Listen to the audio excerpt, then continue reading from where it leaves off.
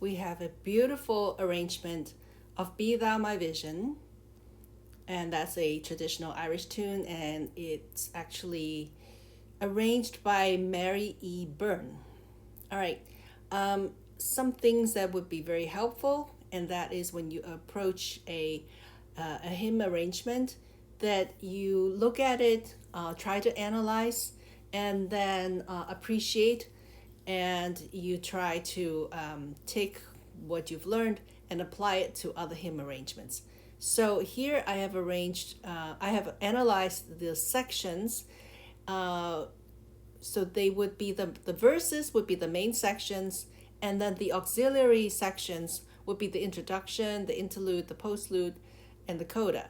And then there are also other very beautiful things that this arranger did, and that is to change the tonality and added substitute chords.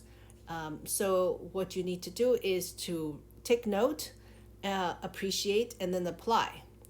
And so applications would be to apply some of these arrangement devices of the above and techniques and apply them to the other hymns. All right, to play this, make sure that you keep a steady beat, you look ahead, and don't stall between the measures. Okay, so I have analyzed that this is the introduction, and we have the verse that comes in, and it's interesting. Instead of this being in major, the melody is in major, but it's accompanied in E minor. Okay, it's really, really wonderful. And note the rhythm changed, and then there's the interlude. The interlude is made up of a 2-measure phrase, so that's 4 measures, and the left hand has an introduction of a vamp. And then this vamp is used in the second verse.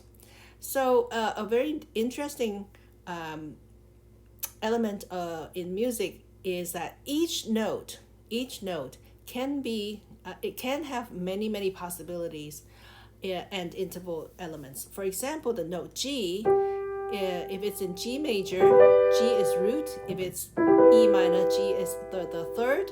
And in C major, C is the fifth. In A minor 7, G is the 7th, so on and so forth.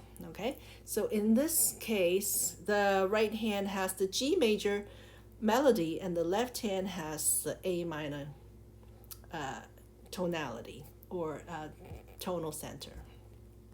Okay, then here is something very interesting, and that is there is a rhythm change. And when you see that the left hand is in 3, it's like 1 and 2 and 3, and in the right hand, the alto has a 1 2 3 1 2 3, because these notes are dotted quarter. They're 3/8 notes. So when you have that against the left hand, it's kind of like a polyrhythm. So the right hand is in 2, and the 2 feel is put together by ties, so that each feel of a beat is in 3/8 notes. So it almost feels like the right hand is in 6/8 and the left hand is in 3/4. And then the hemiola comes in again in the third system, and then we have a short interlude, or you can consider that as a cadence extension.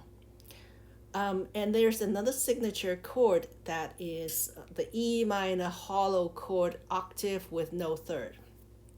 And when we get to this verse again, finally it's in G major. Earlier it was a little bit mysterious and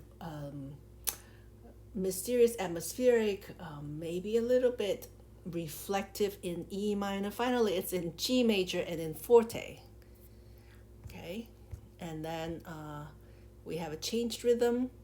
The changed rhythm here also has augmentation. Augmentation means when the melody has been changed to a long note value.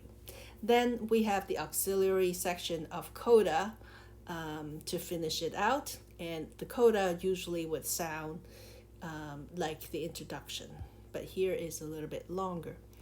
So at the end, the signature chord with the open and hollow chord with no third.